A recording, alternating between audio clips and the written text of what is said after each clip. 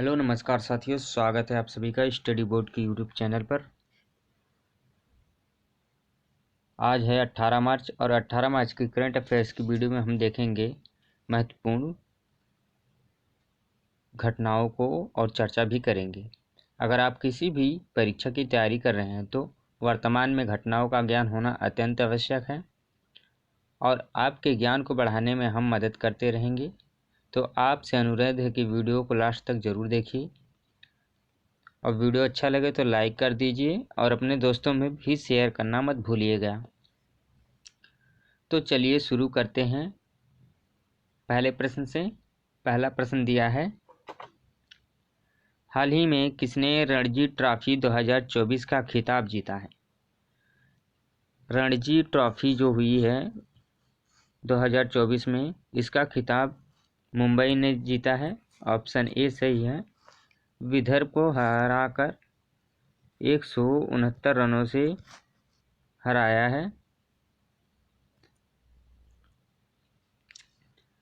चलते हैं अगले प्रश्न पर। प्रश्न संख्या 2 देखते हैं। प्रश्न संख्या 2 दिया है, हाल ही में FSSAI द्वारा भारत में कितनी जेलों को ईट राइस कैंपस के रूप में प्रमाणित किया गया है। पहले मैं बता दूं FSSAI क्या होता है। यह एक एजेंसी है जो फूड की सेफ्टी और स्टैंडर्ड डिसाइड करती है। इसका फुल फॉर्म होता है the food safety and standard authority of India. एक बार और सुन लीजिए, the food safety and standard authority of India. इसका हेडक्वार्टर न्यू दिल्ली में है, याद रखिए।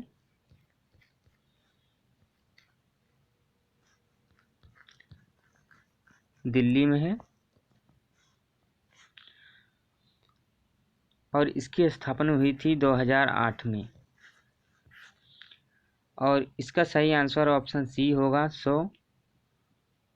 सो राइस कैंपस ईंटों जो है उसे प्रमाणित किया गया है FCI के द्वारा।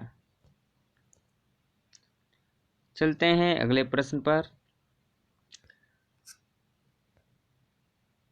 प्रश्न संख्या 3 देखते हैं, हाल ही में किस देश के खिलाड़ी मैथ्यू वेड ने प्रथम श्रेणी क्रिकेट से संन्यास की घोषणा की है।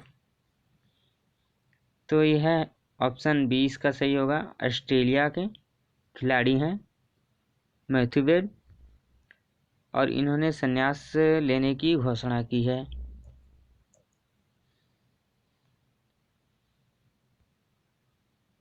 अगले प्रश्न पर चलते हैं। प्रश्न संख्या 4 देखते हैं। प्रश्न संख्या 4 दिया है, हाल ही में सादी मोहम्मद का निधन हुआ, वे कौन थे। सादी मोहम्मद का निधन हुआ है, वे कौन थे। तो सही आंसर होगा ऑप्शन ए, गायक थे और ये बांग्लादेश के रहने वाले थे, हमारा पड़ोसी मुल्क देश बांग्लादेश।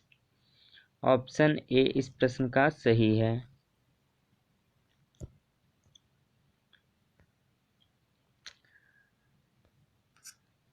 प्रश्न संख्या 5 है, हाल ही में अडानी ग्रीन एनर्जी ने कहाँ पवन ऊर्जा परियोजना का संचालन किया है। अडानी ग्रीन एनर्जी, याद रखिए अडानी ग्रीन एनर्जी है और इसने पवन ऊर्जा परियोजना का संचालन कहाँ पे किया है। तो इसका सही आंसर होगा ऑप्शन सी, गुजरात में। गुजरात की राजधानी गांधीनगर है।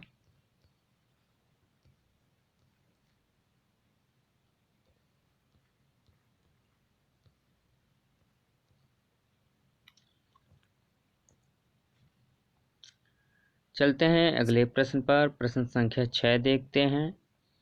प्रश्न 6 दिया है, हाल ही में विश्व उपभोक्ता अधिकार दिवस कब मनाया गया। विश्व उपभोक्ता अधिकार दिवस मनाया जाता है लोगों को अपने अधिकारों के बारे में जानने के लिए। उनके साथ अगर किसी चीज़ को लेकर धोखाधड़ी हो जाती है तो वो अपनी शिकायत उपभोक्ता न्यायालय में करा सकते हैं, जिससे उन्हें न्याय मिलेगा। तो इस प्रश्न का सही आंसर होगा ऑप्शन नंबर बी, 15 मार्च। 15 मार्च को मनाया जाता है।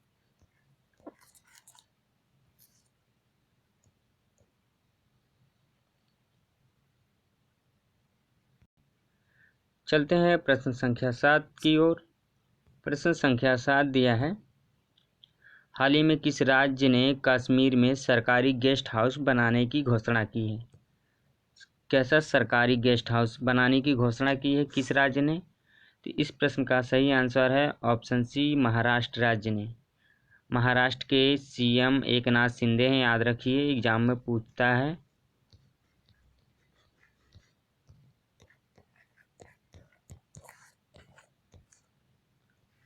एकनाथ शिंदे, और इन्होंने घोषणा की है कि कश्मीर राज्य में सरकारी गेस्ट हाउस बनाने की। चलते हैं अगले प्रश्न पर। प्रश्न संख्या 8 देखते हैं। प्रश्न संख्या 8 दिया है, हाल ही में मोहम्मद मुस्तफ़ा किस देश के नए प्रधानमंत्री बने हैं? मोहम्मद मुस्तफ़ा किस देश के नए प्रधानमंत्री बने हैं? इस प्रश्न का सही आंसर है ऑप्शन नंबर बी, फिलिस्तीनी। ऑप्शन बी सही होगा, फिलिस्तीनी।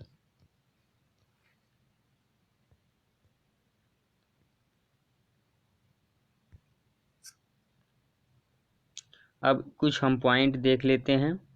फिलिस्तीनी राष्ट्रपति महमूद अब्बास ने मुस्तफ़ा को नियुक्त किया है।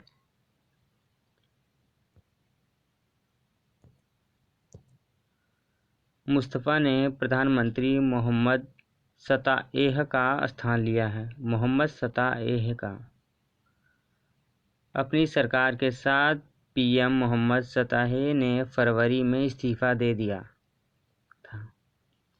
फिलिस्तीनी प्राधिकरण की स्थापना 30 साल पहले ओस्लो समझौते नामक अंतरिम शांति समझौते के तहत की गई थी। यह कब्जे वाले वेस्ट बैंक के कुछ हिस्सों पर सीमित शासन करता है। यह इजराइल के साथ संघर्ष समाप्त होने के बाद गाजा पर शासन करने में भी महत्वपूर्ण भूमिका निभा सकता है। पीए ने यानी फिलिस्तीनी प्राधिकरण ने 2007 में गाजा का नियंत्रण हमास के हाथों खो दिया था। हमास एक इस्लामी आंदोलन है जो गाजा को नियंत्रित करता है।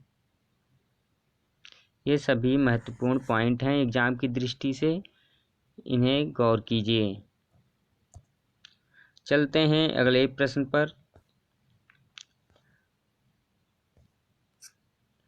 प्रश्न संख्या 9, हाल ही में डेमोक्रेसी रिपोर्ट 2024 किसके द्वारा जारी की गई है? डेमोक्रेसी रिपोर्ट 2024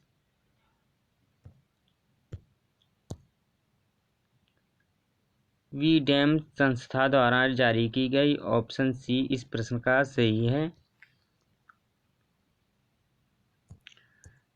अब हम कुछ पॉइंट देखते हैं। डेमोक्रेसी रिपोर्ट 2024 के अनुसार भारत सबसे खराब निरंकुशों में से एक है। इस रिपोर्ट में दिखाया गया है, उभरा है। V-Dem report liberal democratic index में उनके स्कोर के आधार पर देशों को 4 शासन प्रकारों में वर्गीकृत करती है, अलग अलग बांटती है। उदार लोकतंत्र पहला हुआ, चुनावी लोकतंत्र और चुनावी निरंकुशता और बंद निरंकुशता। लिबरल डेमोक्रेसी इंडेक्स के 4 शासन प्रकार हैं। यह सूचकांक इंगित करता है कि क्या कोई देश अधिक लोकतांत्रिक हो रहा है या अधिक निरंकुश हो रहा है। रिपोर्ट के अनुसार 2023 में 42 देश निरंकुशता के दौर से गुजर रहे हैं। निरंकुश देशों में रहने वाली लगभग आधी आबादी भारत में रहती है। गौर करने वाला पॉइंट है। लोकतांत्रिकरण केवल 18 देशों में है जिनकी जनसंख्या मात्र 400 मिलियन थी। रिपोर्ट के अनुसार दुनिया में 71% लोग निरंकुश शासन में रहते हैं, यानी 29% लोग लोकतंत्र के रहते हैं। और गौर करने वाली बात है, हमारा प्यारा भारत निरंकुश होता जा रहा है। अगर आपको लगता है इस बात में सच्चाई है तो कमेंट करके बताइएगा। चलते हैं अगले प्रश्न पर। प्रश्न संख्या 10 देखते हैं। हाल ही में कौन सी राज्य सरकार बाजरा उत्पादन को बढ़ावा देने के लिए निःशुल्क बीज किट देगी? यह कार्य राजस्थान सरकार करने वाली है। ऑप्शन बी सही है। अब हम कुछ पॉइंट देखते हैं।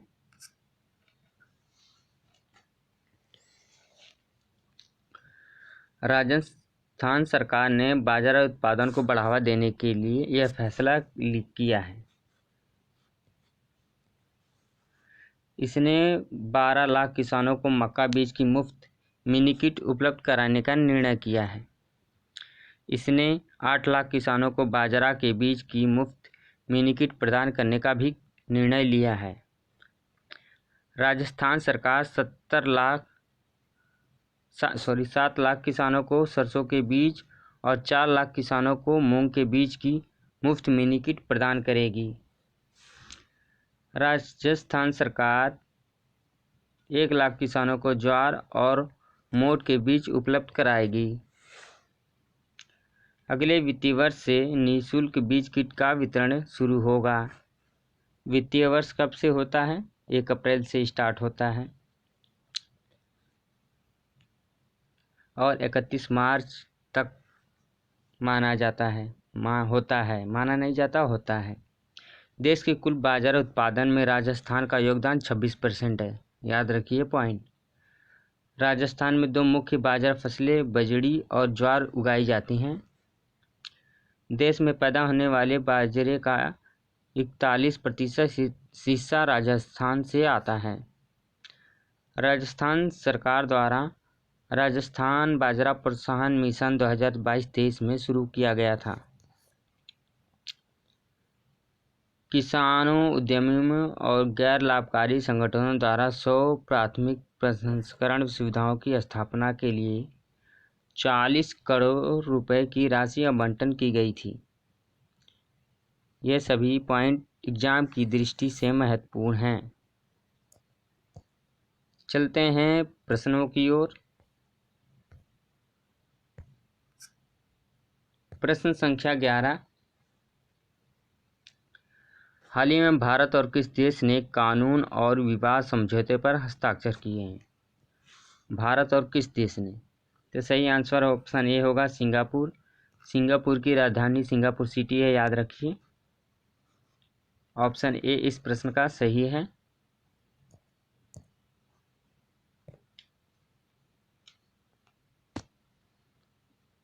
प्रश्न संख्या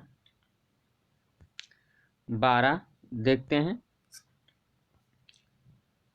प्रश्न संख्या 12 दिया, हाल ही में भारत सरकार ने भारत में फिनटेक इकोसिस्टम को मजबूत करने के लिए किसके साथ ऋण समझौते पर हस्ताक्षर किए हैं?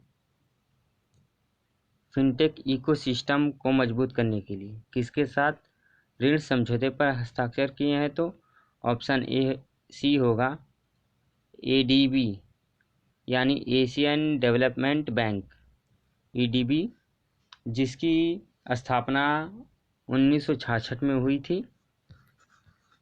एशियाई देशों के विकास के लिए बनाया गया बैंक है।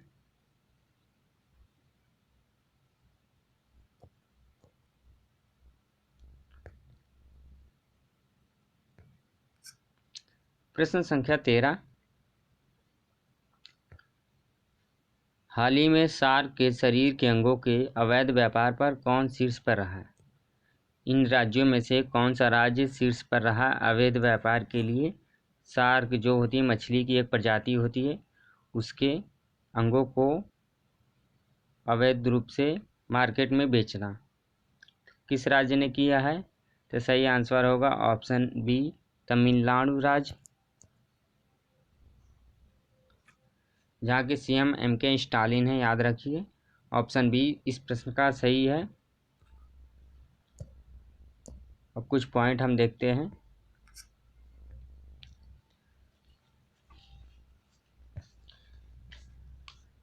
World wide fund for nature India, world wide fund for nature India यानी WWF इंडिया और ट्रैफिक की एक रिपोर्ट के अनुसार जनवरी 2010 से दिसंबर 2022 के बीच लगभग 16,000 किलोग्राम शार्क पंख जब्त किए गए।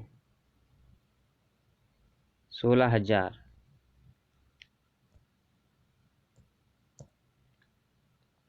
हाल ही में आई ट्रैफिक रिपोर्ट अवैध वन्यजीव व्यापार में लिप्त भारत के शार्क ने भारत के अवैध शार्क व्यापार के बारे में चिंता जताई।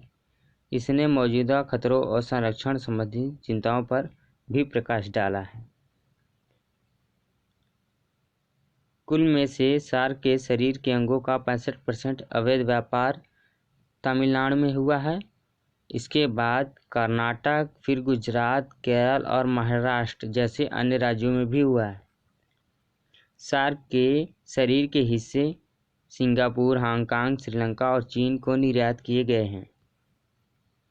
शार्क पंख सबसे अधिक मांग वाला शार्क उत्पाद है, जिसका उपयोग शार्क फिन सूप बनाने के लिए किया जाता है। शार्क के पंख और मांस की मांग वैश्विक शार्क मत्स्य पालन का एक प्रमुख कारक है। ये सभी पॉइंट गौर कीजिएगा, देखिएगा। भारत में कुल 160 शार्क प्रजातियों में से केवल 26 शार्क और रे को संशोधित वन्य जीवन संरक्षण अधिनियम 1972 के तहत उच्चतम संरक्षण का दर्जा दिया गया है। कितने? 26 शार्कों को बस।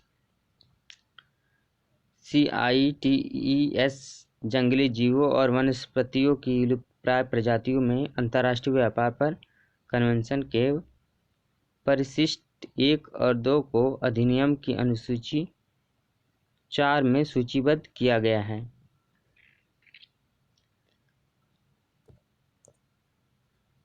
चलते हैं प्रश्नों की ओर। प्रश्न 14 देखते हैं। हाल ही में किसने चमेली देवी जैन पुरस्कार 2024 जीता है? किसने चमेली देवी जैन पुरस्कार 2024 जीता है? तो इस प्रश्न का सही आंसर है ऑप्शन सी, उपयुक्त दोनों ग्रीष्मा कुठार और रितिका चोपड़ा, इन दोनों ने जीता है यह पुरस्कार। अब इसके बारे में जानते हैं कि यह सब किस लिए पुरस्कार दिया जाता है। चमेली देवी जैन पुरस्कार क्या है? चमेली देवी जैन पुरस्कार की स्थापना 1980 में की गई है, याद रखिए। मीडिया फाउंडेशन द्वारा वर्ष की उत्कृष्ट महिला मीडिया पर्सन के लिए की गई है।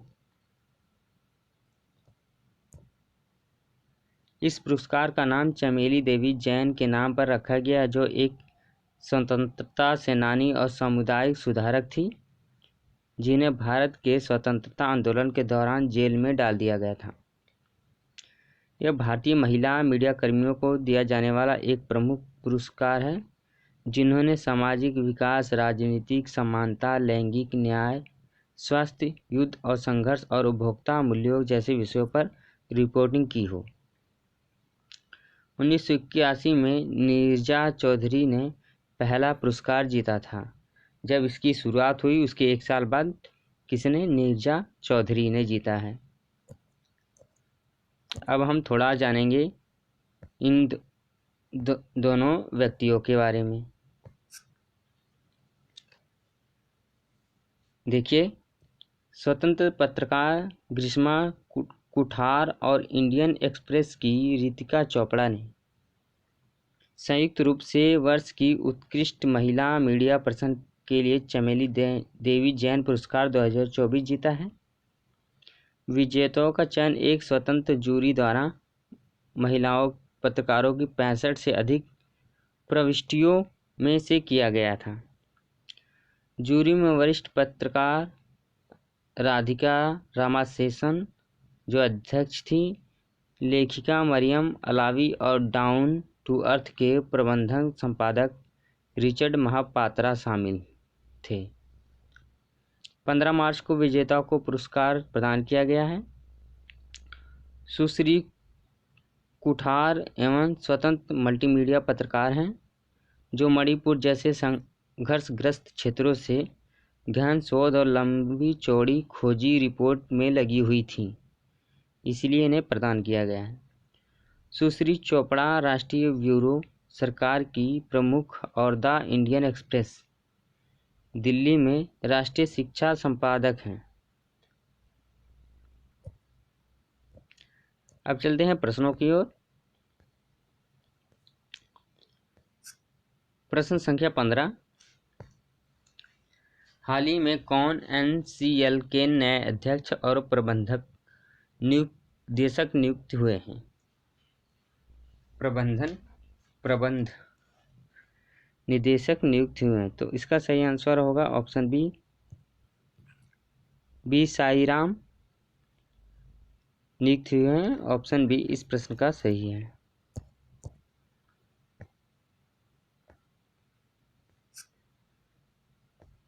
प्रश्न संख्या 16 दिया है, भारत के सबसे ऊंचे मौसम टावर का उद्घाटन कहाँ किया गया है? मौसम टावर का उद्घाटन कहाँ किया गया है? तो इसका सही आंसर है ऑप्शन बी बेंगलुरु में। Option B.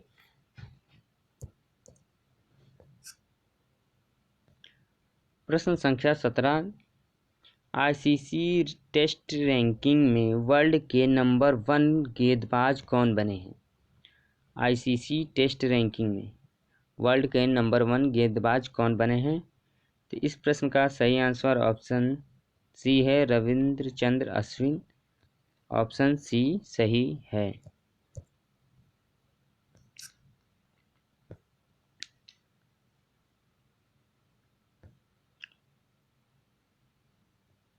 प्रश्न संख्या 18, भारत की नुमालीगढ़ रिफाइनरी लिमिटेड ने किस देश में अपना संपर्क कार्यालय खोला है? भारत की नुमालीगढ़ रिफाइनरी लिमिटेड ने कहाँ पे खोला है? तो ऑप्शन बी इस प्रश्न का सही है, बांग्लादेश में। बांग्लादेश की राजधानी क्या है? ढाका, याद रखिए। मुद्रा टका।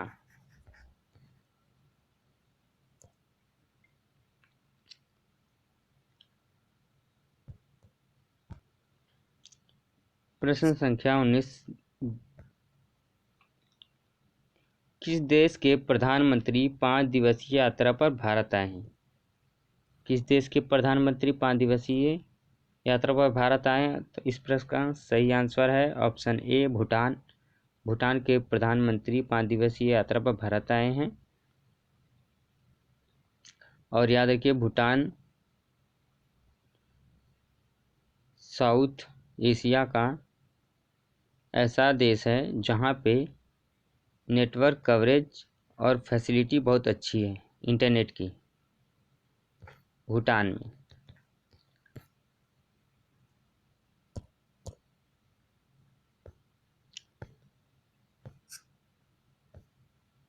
प्रश्न संख्या 20, हाल ही में जवाहरलाल नेहरू विश्वविद्यालय ने किस देश के राष्ट्रपति को डॉक्टरेट की मानद उपाधि से सम्मानित किया है? तो इसका सही answer option C Tanzania. Tanzania के राष्ट्रपति को यह उपाधि से सम्मानित किया गया है, जिनका नाम सामिया सुलूह हसन है। और तंजानिया की राजधानी डोडोमा है। डोडोमा। डोडोमा।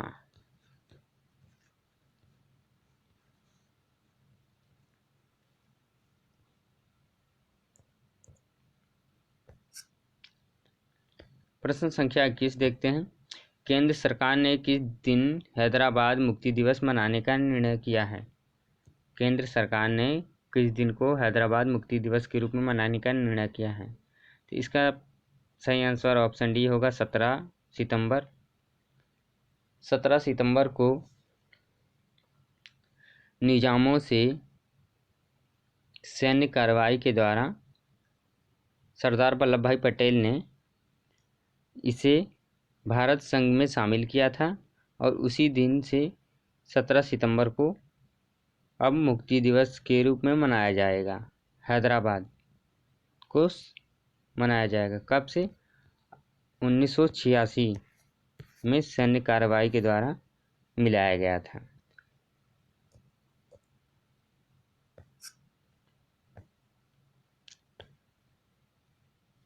प्रश्न संख्या 22 देखते हैं। हाल ही में किसे प्रतिष्ठित IAA गोल्डन कंपास अवार्ड से सम्मानित किया गया? IAA होता है क्या? ये इंटरनेशनल एडवर्टाइजिंग एसोसिएशन है। इसका फुल फॉर्म होता है इंटरनेशनल एडवर्टाइजिंग एसोसिएशन। और इस अवार्ड गोल्डन अवार्ड से किसे सम्मानित किया गया है? तो इसका सही आंसर है ऑप्शन नंबर बी, श्रीनिवासन स्वामी, जिसे स्वामी भी कहते हैं, और ये RK स्वामी लिमिटेड के अध्यक्ष हैं। RK स्वामी लिमिटेड के अध्यक्ष हैं।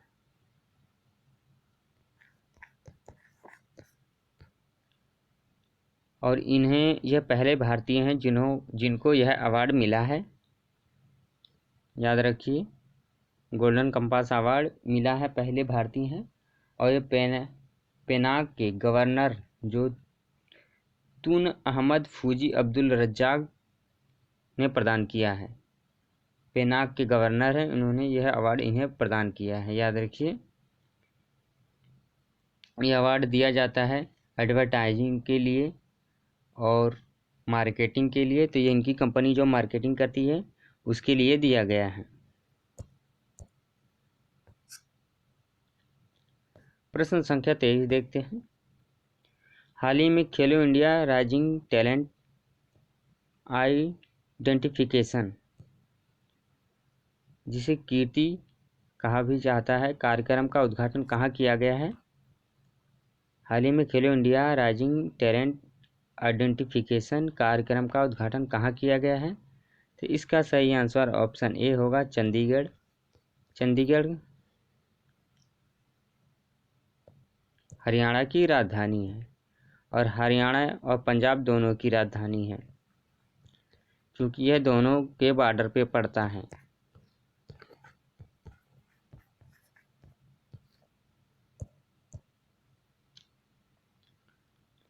चलते हैं अगले प्रश्न पर। प्रश्न संख्या 25 देखते हैं। 24 हाल ही में किसे विश्व स्तर पर आगमन के लिए सर्वश्रेष्ठ हवाई अड्डे के रूप में मान्यता दी गई है?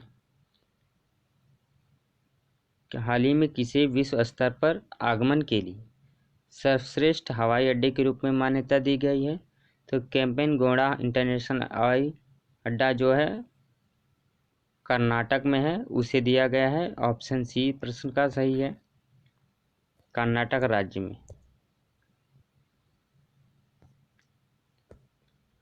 वीडियो अच्छी लगी हो तो वीडियो को लाइक कर दीजिए और अपने दोस्तों में भी शेयर करना मत भूलिएगा।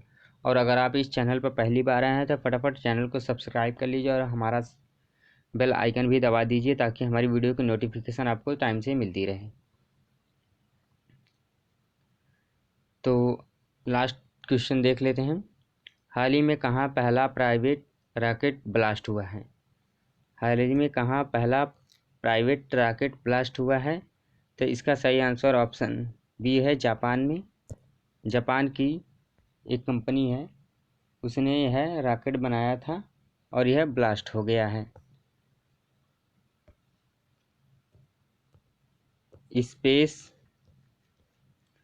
वन कंपनी का नाम है। यह प्राइवेट कंपनी है और इस रॉकेट का नाम काइरोस है। काइरोस रॉकेट का नाम है, जो 5 मिनट के अंदर उड़ान भरने के 5 मिनट के अंदर ही ब्लास्ट हो गया है। आज की वीडियो यहीं तक, मिलते हैं अगले वीडियो में। जय हिंद, जय भारत।